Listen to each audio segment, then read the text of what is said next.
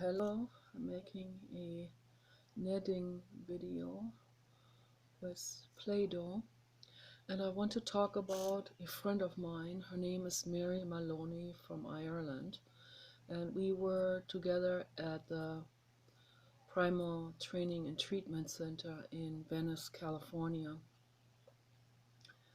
And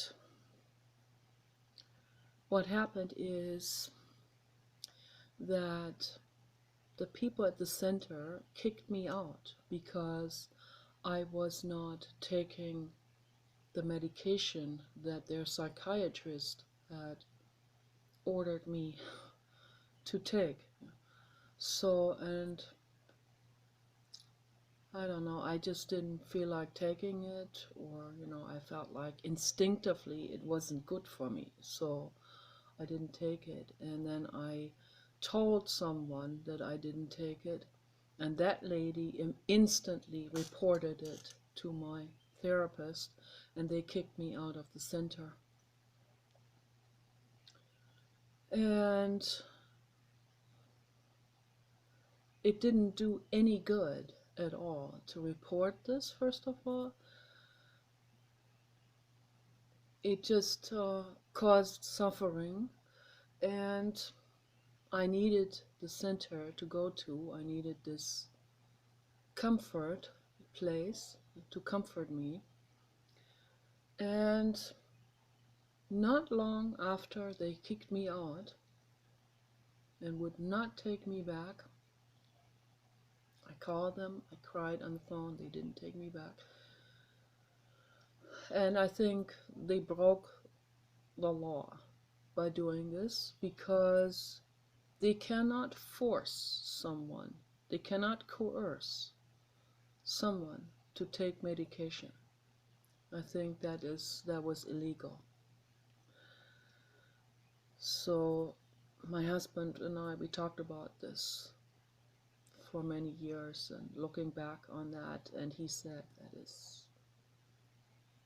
that is absolutely unethical what they did, that they forced me to take medication, even though they had a psychiatrist at the center and all of this, and they were also licensed therapists, of course, but as a therapy center or institution, they cannot force someone to take medication. I think that's absolutely unethical to do. So anyway, I was still living in LA. I was living in West LA at that time. And because they had kicked me out, I wasn't seeing any of the people there that I had been friends with, really. I just once in a while someone came over, but I had other friends also outside of the center. And so it wasn't long after they kicked me out, like 2 or 3 months after they kicked me out, that a friend of us, Ginny, she called me and came over. She called me on the phone and told me that Mary Maloney hung herself in her apartment at Venice Beach. And I was absolutely shocked. I was so shaken up by that. I sat on my bed after that phone conversation. I told Ginny to come over, and as I was waiting for Ginny to come over, I was looking at the wall, and that's what I always tend to be doing when I'm shocked or when I feel overwhelmed with something really badly. I sit there and I stare at the wall, and I've done this already as a child.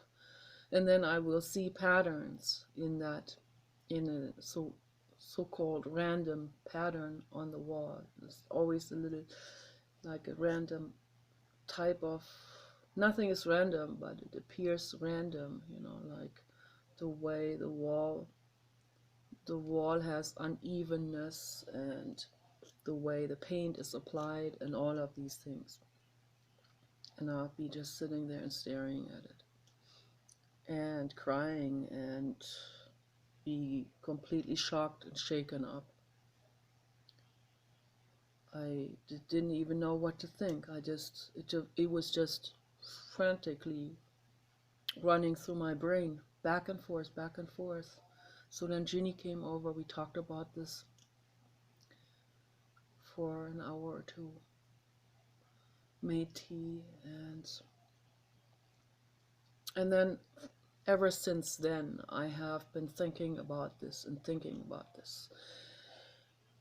And I liked Mary Malone very much. Her paintings were so incredibly amazing. Her drawings, she drew horses just like Leonardo da Vinci, just like those drawings. I have seen the drawings of horses from Leonardo da Vinci, and they were like identical. So it's a possibility that she was, it just came to me. No, it just hit me that she may have been the reincarnation of Leonardo da Vinci. Yeah, souls come and go. Not all the time is that same soul gonna go up in fame or be seen or noticed by only a few. And this incredible, this feeling of, I want to turn the time back and and and not get kicked out of the center and see what's happening, what was happening between her and Sophie in the group session. It was so dramatic and so horrific, and people should have seen that the devastation in Mary when Sophie publicly in the group session broke up with her. They had been living together and said, I'm not going to cater to your needs anymore. They had been a couple for like over a year, and Mary was very, very attached to Sophie. And if I had seen this situation and seen how I had already been watching Mary, I had already been, this was already feeling really, really bad. All these other sessions before they kicked me out, I've already been watching, and I've already noticed that she was in a lot of stress psychologically. She couldn't even cry. She was so overwhelmed. It was so awful. A brilliant, brilliant, genius mind. And if I had been there, if I could have just been there and seen this, I would have taken her into my apartment. I would not have let her move in by herself. I would not have done that. Would never let someone like this just down, like everyone else let her down. But, these people, they weren't conscious about it. They didn't see how much she was suffering. They were all so busy with their own emotional stuff, and no one noticed it really. But I would have seen it. I would have clearly seen it. I would have empathized with that, because I know how that feels to be rejected. I've been rejected so many times in my life. I mean, like, the entire childhood comes up. It's overwhelming. It's devastating. It kills people. So if I had been there, I would have said, Mary, after that session or during the session, I would have walked right over there to her. I would have held her in my arms and I would have said, I'm not going to let you move in somewhere alone into some kind of one bedroom apartment or something. I'm not going to let you do that. You move to my place, and that's what I would do if I could turn the time back. Move to my place and I will take care of you. We'll cook together, drink tea together, talk every day. I would hold her in my arms.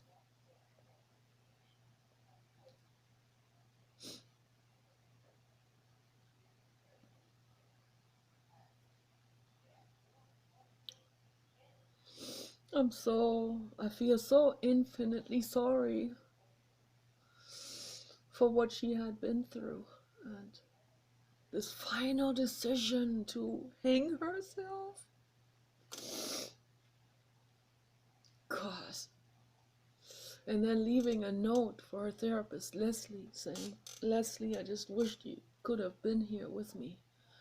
It would have made this act, this final act of hanging herself, so much easier.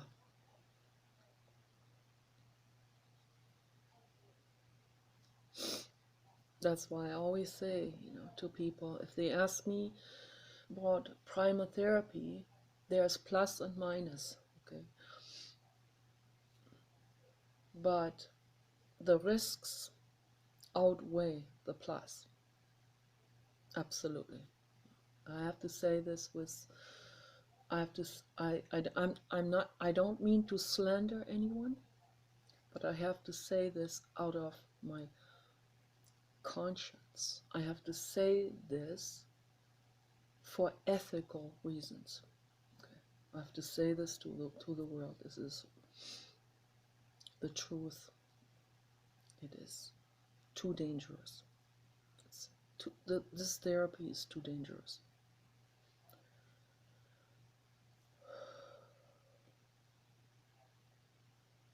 Many people died.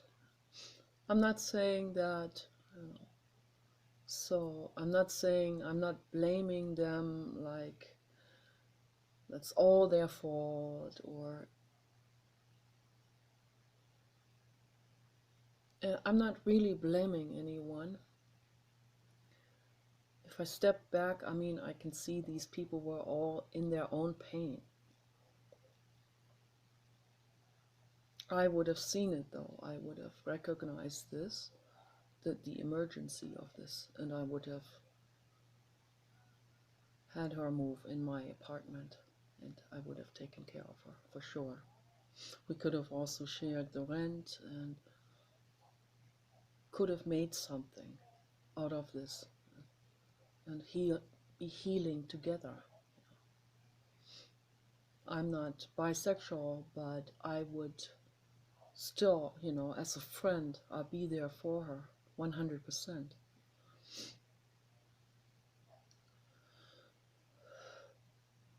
And that's what she needed. She needed a real friend who really understands how she feels, who will not let her down, who will hold her in her arms, make tea with her, and talk and talk and talk and talk and talk and cry together. So I was thinking about this afternoon. I was looking back on that time and I thought, my goodness, my whole life would have been completely different if I had done that. If I had not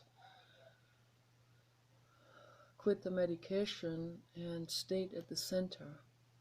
But I blame the people at the center for forcing the medication on me. That is absolutely wrong. I have the right as an individual living being to quit medication anytime I want to. This is my body. I have the right to do what I want with my body. Okay.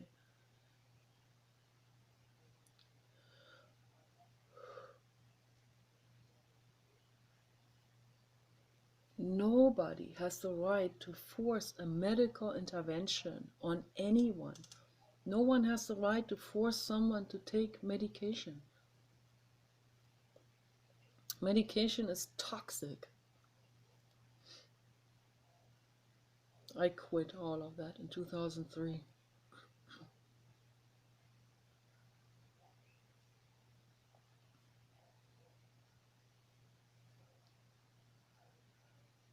It's kind of like, in a parallel universe, this option of an unfolding of events could be somewhere out there simultaneously, where I wasn't kicked out of the center, where I would have seen Mary in distress and I would have said, come move into my apartment with me and I help you heal. I get you back onto your own feet and boost your immune system and your self-esteem. Her self-esteem was at absolute rock bottom. I've already seen that. I was so overwhelmed. I was so overwhelmed myself. But I saw that. But then I thought, well, there she has her friend circle and she had Sophie, but I should have already seen that. Obviously, if she's in that much distress, then that relationship wasn't going very well. She wanted to get a bit closer. She wanted to become closer friends with me, and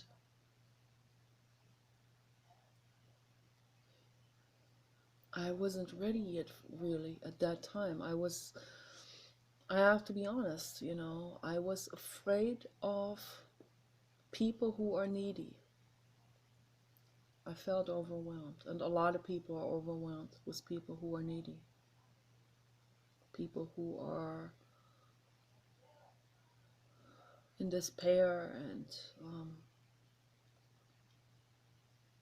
need someone to be there for them. And I had my own problems, and I felt like that'd be overwhelming to be taking care of an adult or even a child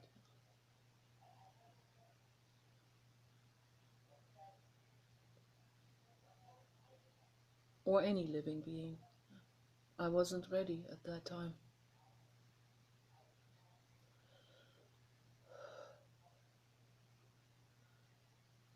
But if I could turn the time back, if I knew then what I know now, but I didn't, and I certainly didn't have the level of psychological growth at that time that I have now. So that's why Suma Hai always said, when we have regrets over things, when we feel like we should have done something differently in the past, we should not beat ourselves up, because if we take into consideration that in the past we were not where we are now, then we have to do what Dr. Kristen Neff said. We have to cross our arms over the solar plexus and give ourselves this comfort and say, it's okay. You didn't know better at that time. You were not able to do it better. You couldn't do it better psychologically at that time. Okay? So Suma Hai said, now we know better, now we do better, now we have that insight. Okay? So now we know what to avoid in the future. those kind of overwhelming situations. How to recognize when someone is in distress like that, and then be able to help someone, or rescue an animal, or whatever people have done wrong in the past. There are so many different things that people have done wrong in the past. So once they become aware, they know what they have done wrong. So that's why I always say this is really the first step to healing, is to recognize I have done that wrong. Whether that hurts my ego or not, doesn't matter. I've done that wrong. I've done incredible mistakes in my life. Wrong decisions, wrong fork road path. I should have taken the other path instead of that one. Should have not studied psychology. Should have studied the law instead.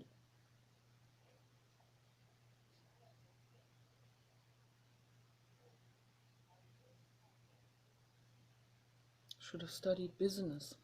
Would have done me a whole lot better than psychology. So, and I remember my Latin tutor, Frau Luring, she said to me, she called me once and was so sweet. I had just graduated from Abitur, and it's like that in Germany. It's like equivalent to 1 year college in the United States. And she said, well, congratulations, you graduated. I said, well, by just a margin, by just a hair, I made it through with bad grades. But she said, but you did it, and that's good. And she was very encouraging. She said, so what are you gonna do now? I said, I'm gonna study psychology. And she said, oh dear, you are not you're not the person. You don't have that. I don't know how she worded herself, you don't have the toughness for that. You're very sensitive. You're very vulnerable. Don't do it. I didn't listen to her. I wished I had listened to her. All these mistakes in the past. So many mistakes. And when I go to bed at night, I often cry and I say, gosh, I wished I could turn the time back and do it better. But I remember what Suma Qinghai said, and what Dr. Kristen Neff said, and I cross my arms over my solar plexus and I say, okay, I didn't know better.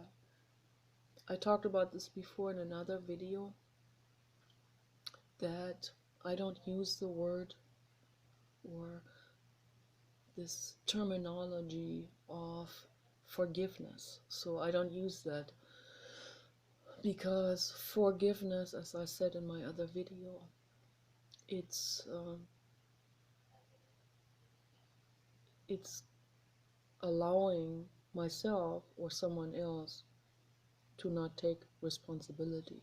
So I don't forgive myself in that sense, because I want to take full responsibility for the mistakes I have made, because if I didn't, I cannot possibly move ahead. I cannot grow. I cannot learn. I cannot become more psychologically mature. So in order to grow and help be a participant in making the world a better place, I have to own up to what I have done wrong. I have to see what I have done wrong. Okay? That doesn't mean I have to be harsh to myself or be self-flagellating or be punishing myself or sabotaging myself. Some people do that, sometimes unconsciously. Don't do that. Be good to yourselves. And listen to Dr. Kristen Neff. She's been through a lot, and that's why she came up with this meditation of crossing the arms over the solar plexus and saying, I I don't know, she probably uses the word forgive, but I don't use it. But, I understand where I'm coming from, and I'm giving myself a break, and I'm allowing myself to cry, and I'm allowing myself to just meditate on that what is right now, and I'm allowing myself to not be strong and not be on top of the situation. Okay, so, and it's okay. Yeah. I love myself for myself the way I am. Okay, this is a very important meditation, and we have to understand what Suma Qinghai said, that we have to understand where we were in the past, so not to be mad at ourselves. But at the same time, I recommend to people to not use that word forgiveness in that sense of saying, oh, forgive myself, it's all good. Then the person might do it again, so they just, it's kind of like, I like in the Christian church repenting, or or just telling Jesus everything, and then Jesus says, oh, now you're all scot-free or something. No, that doesn't work that way. That's wishful thinking, that this could lead to anything good. No, it doesn't. No, religion doesn't lead to anything good.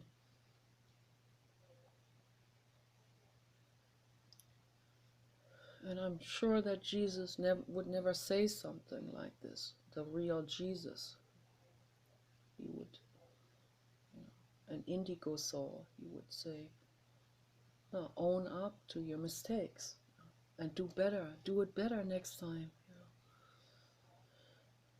So that's how we love someone and really help someone. Jiddu Krishnamurti said, when he has students or little children, sometimes he was teaching children in India, entire school classes, and he would explain to them the dangers of just blindly recording what someone else said and then just repeating that without putting thought into it. And he was trying real hard to make that understandable to children. I don't know if the children understood it though. But he said that, and he was always very warm with them and very, very sweet. And he said, as a caregiver, whatever we are, teacher or mother or surrogate mother, we have to be really there for that other living being. And if and a baby human or child is that's when that brain is way more, that is way more tricky even, than with another, with a dog or a cat or horse. A chimpanzee child is as tricky as a human. They understand a lot. So, or gorillas or orangutans, so they are the closest animal relatives to us.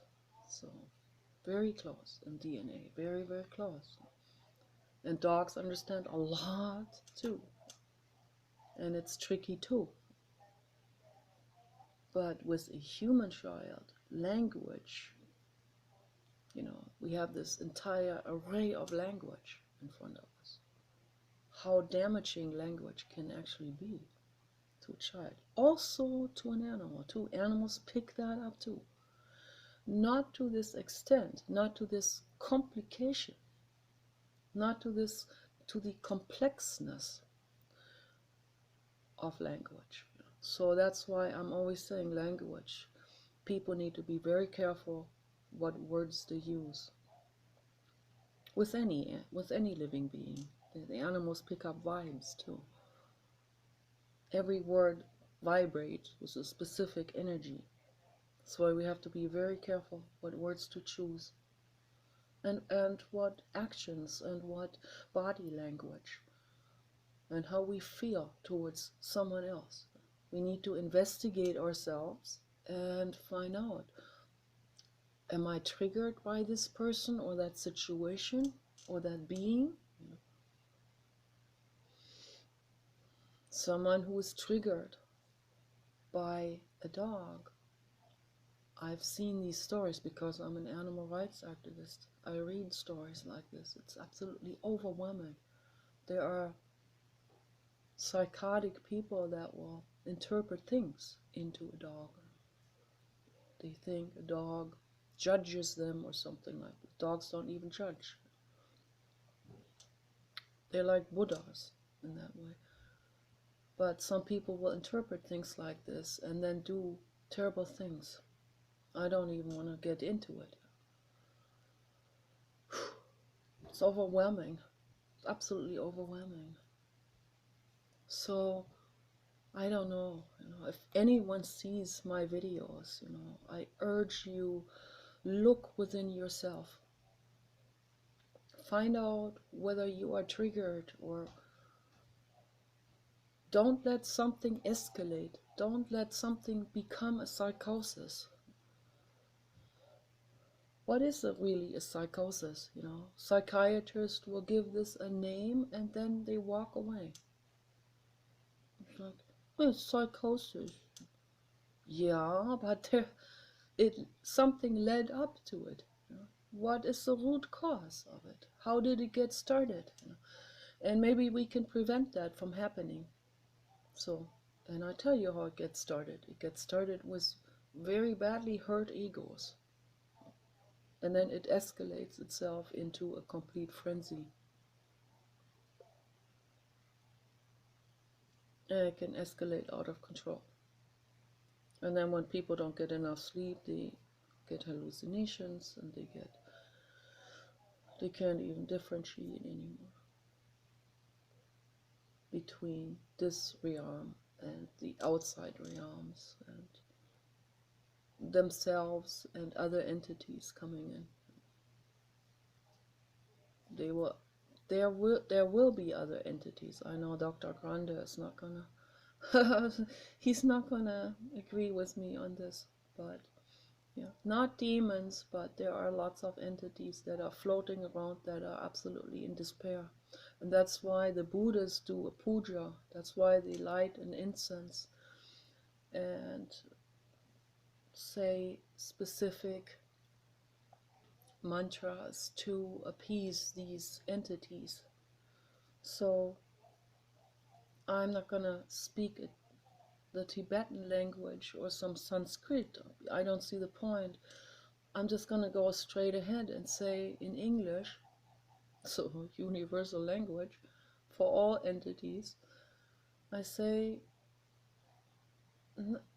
don't be in a frenzy anymore. There's no need for it. Don't attach yourself to anyone. You're already held by the infinite cosmos. Go into yourself, whether you are beyond body or in a body. Okay? And you don't need someone else's body. They already have a soul in there. So don't attach yourself to a body that already has a soul. That where the soul chose that existence. So leave them alone. They're already burdened enough. Go into yourself, and you can go into meditation wherever you are, even if you are in the beyond, in the bardo, or in what they call heaven, in the Orion Nebula, in the infinite cosmos. At any place there, you could be somewhere in the stars. Reach for the stars and take a break. But go into yourself. I've done that several times, and I could feel there was an energetic shift in the room just from saying that. Even without lighting anything, without incinerating anything. You know, this incineration process is very ancient, because the incineration process has an energetically healing and cleansing effect. It also has a physically cleansing effect. And indigenous people around the globe have used ashes as a disinfectant, particularly if it's ashes from a very healing herb or disinfecting herb. But ashes in general, plant ashes, pure, clean plant ashes, not pesticides, not pollutants on it. So clean ashes have a disinfecting effect. I wished I could turn the time back and help Mary. But all I can do now is I can make a video for her, dedicate this video to her. And I send her hearts, I send her love, and I say, all is well, take a break as long as you want to. You can choose any existence you want. It's all at your mental fingertips. So you can join Barbara and Birgit in the Amazon rainforest, and you can become a parent and join them, or become their child. Yeah, you could do that. That sounds good.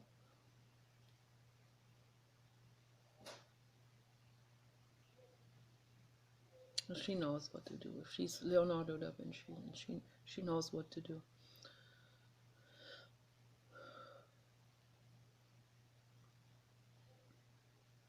Wow, that's interesting. That's an interesting insight that I had. Wow. I always knew that she's like way ahead of us. Genius. Incredible, incredible. That's why it makes me so extra sad. But I mean, we are all equally precious. What makes me so sad, that makes me very sad when I see that a genius who contributes a lot to the world in form of artwork and culture and music, someone like this suffers so much and ends up dying very young. So many of them. Wolfgang Amadeus Mozart. What horrible suffering. He couldn't manage. He was a savant. He was a genius savant. He could not manage his financial situation at all. Ended up poor. His mother died because he couldn't afford the heating costs for coal. They used coal ovens. It's awful, tragic. And then he died from pneumonia, also cold related, freezing, hypothermia related. What a horror. So I think, all of these things should make us want to improve the world and not leave things where they are. A lot has improved. There's so much more that needs to be improved, and particularly when it comes to psychology, when it comes to healing healing from the old wounds.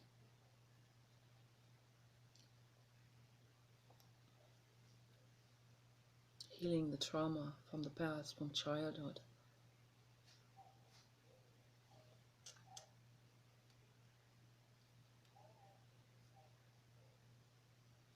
And that's why I want therapy centers to be established around the world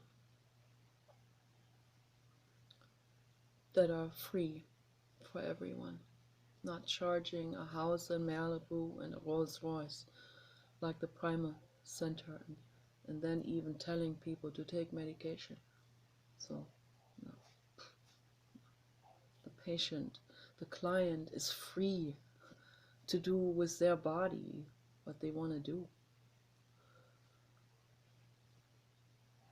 We also need safe euthanasia.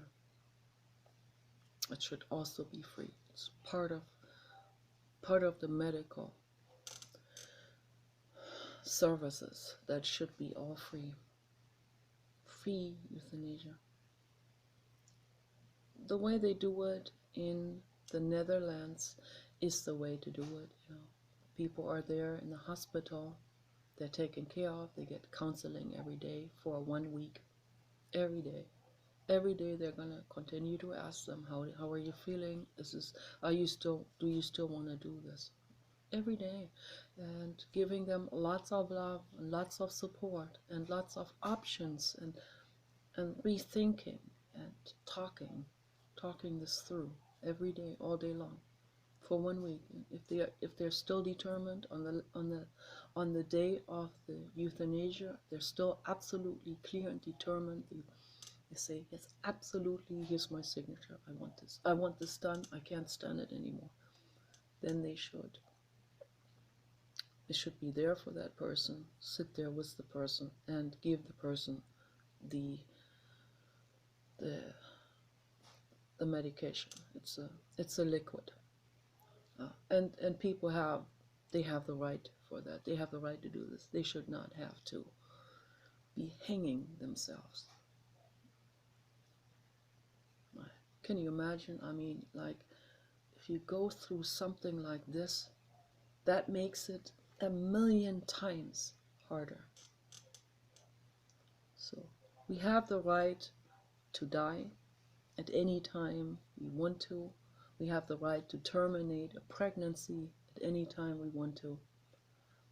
It's our body, and we have the right to that decision, to any kind of decision that we do with our bodies. People tattoo themselves. Okay?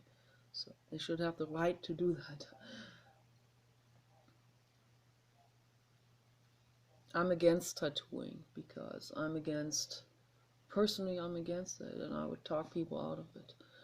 I talk people out of nose rings and body piercings, okay? Because I think it's a violation to your body, but still your decision.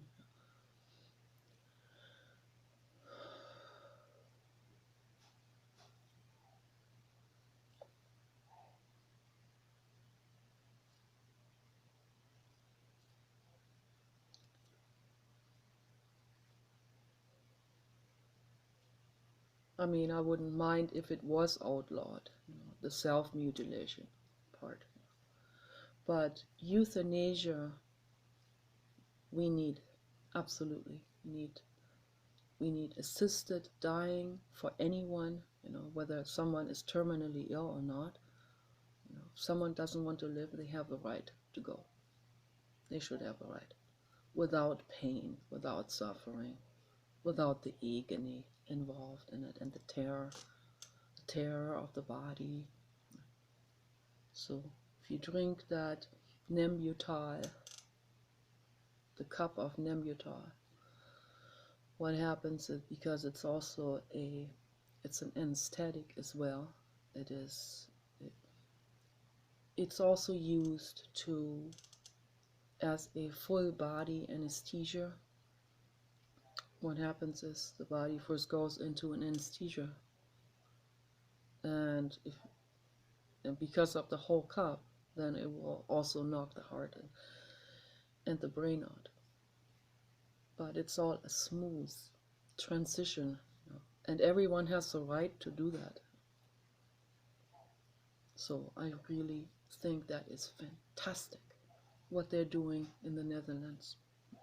But the religious people up in arms, and no, the religious people, they want people to grind their way through life. Yeah.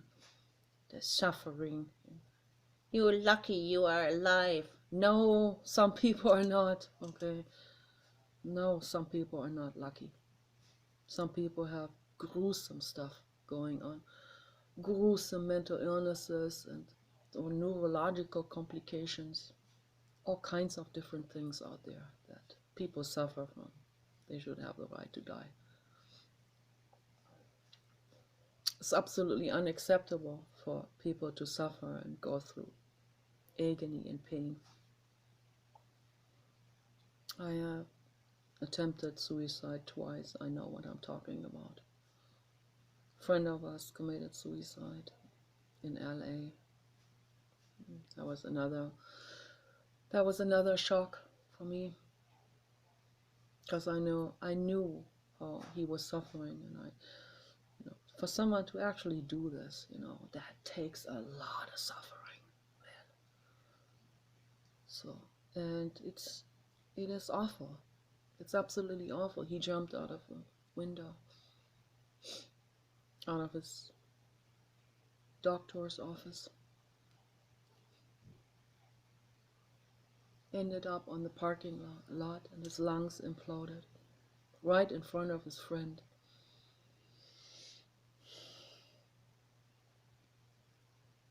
No one saw that he was suffering really. He was really mean, but he was suffering. So that's why I say we need therapy centers. Everyone deserves to get therapy. If people got free therapy sessions, if we had this at the center of our existence, people would not be lost. I remember when we had Kenny, our former dog, Great Dane, white Great Dane. I was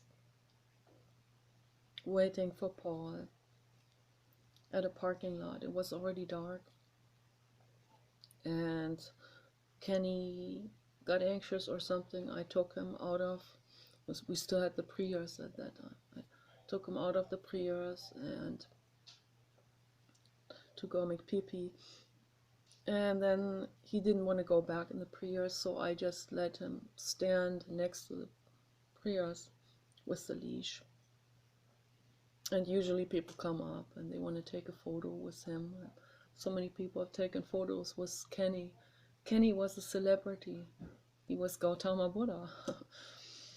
And this guy comes up, middle-aged man, short and heavy and kind of balding and round face, and he wanted to pet Kenny, and I was kind of touched by that, and I let him pet Kenny, and he asked me some questions, and we talked for a while, and I said, we're waiting here for my husband. And when I said husband, he had a real sad look on his face. And I felt almost like crying. I felt so sad for this man. I could just see, I could feel an aura of such sadness. Not even despair, but like it's already beyond despair. Like, okay, well, here we go again, like, I'm going home alone, okay.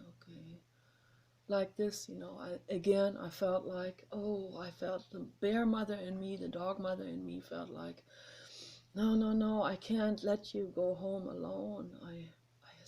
But I didn't know what to do. I didn't know this man, and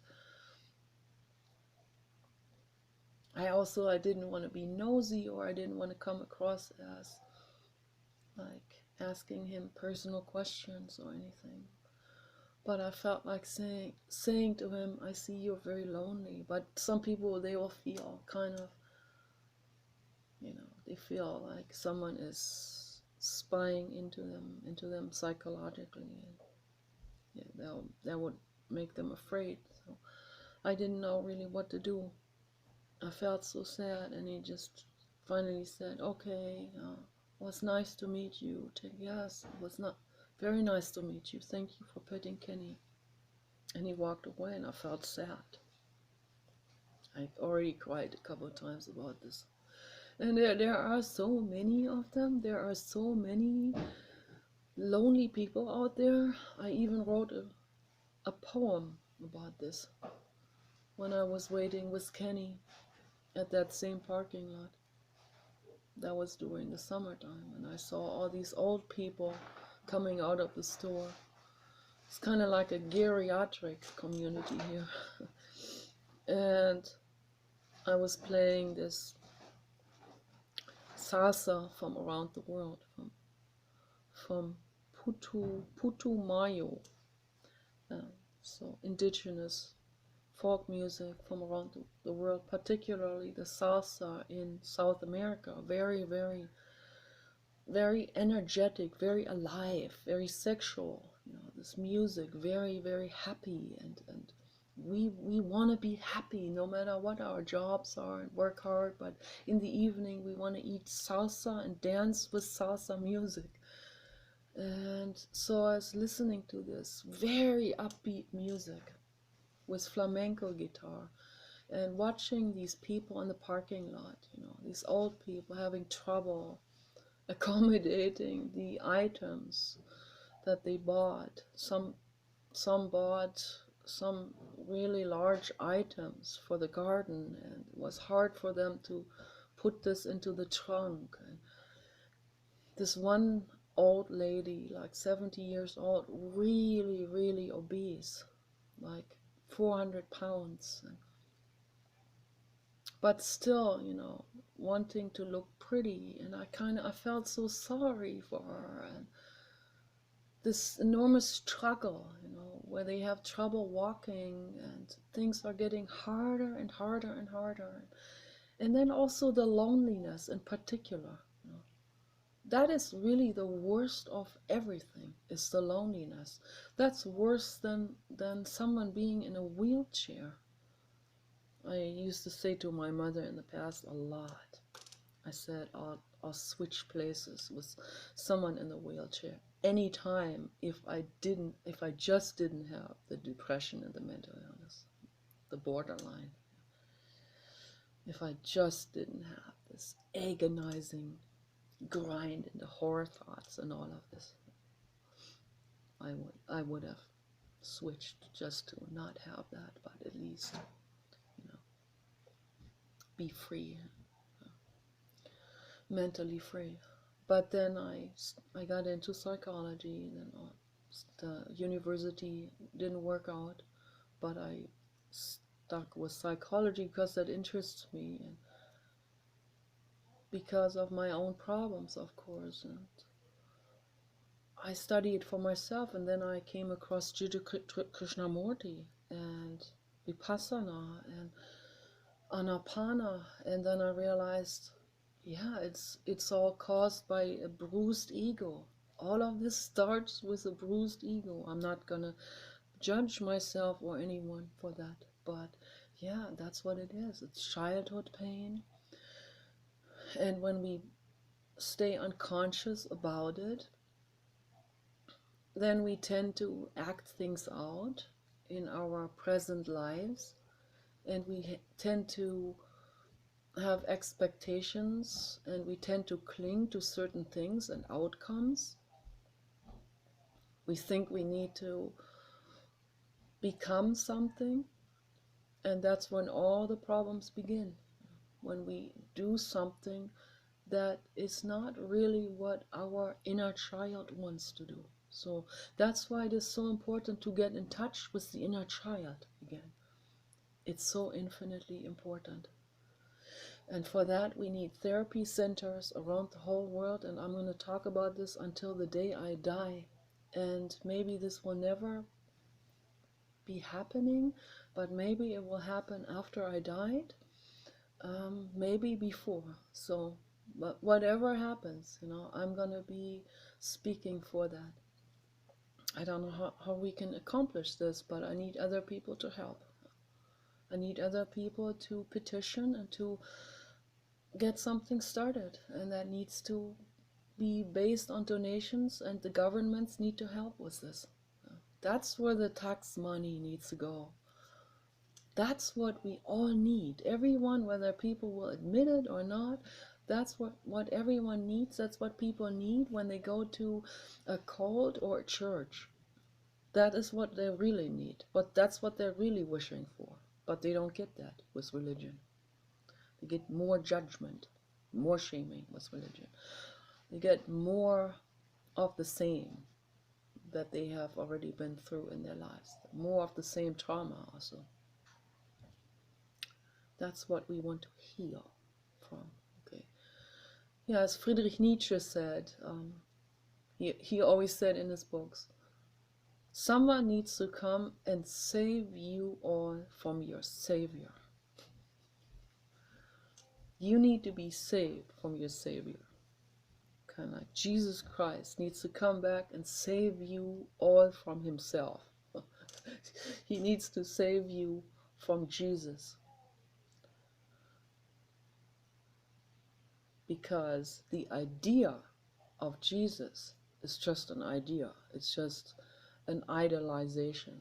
There's nothing more. There's no more depths to it than that. It's just bullshit, idolization, and more of the same hierarchy.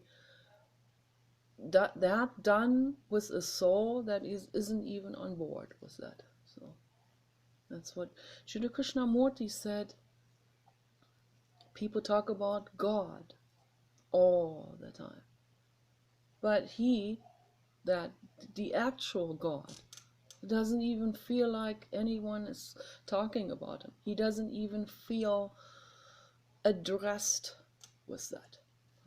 He doesn't even know. It doesn't even swing on the same vibration. Because religions are about ego. That doesn't swing with the vibration of the infinite cosmos. So it's all a complete misunderstanding, everything. The infinite cosmos is real love and real compassion. Okay.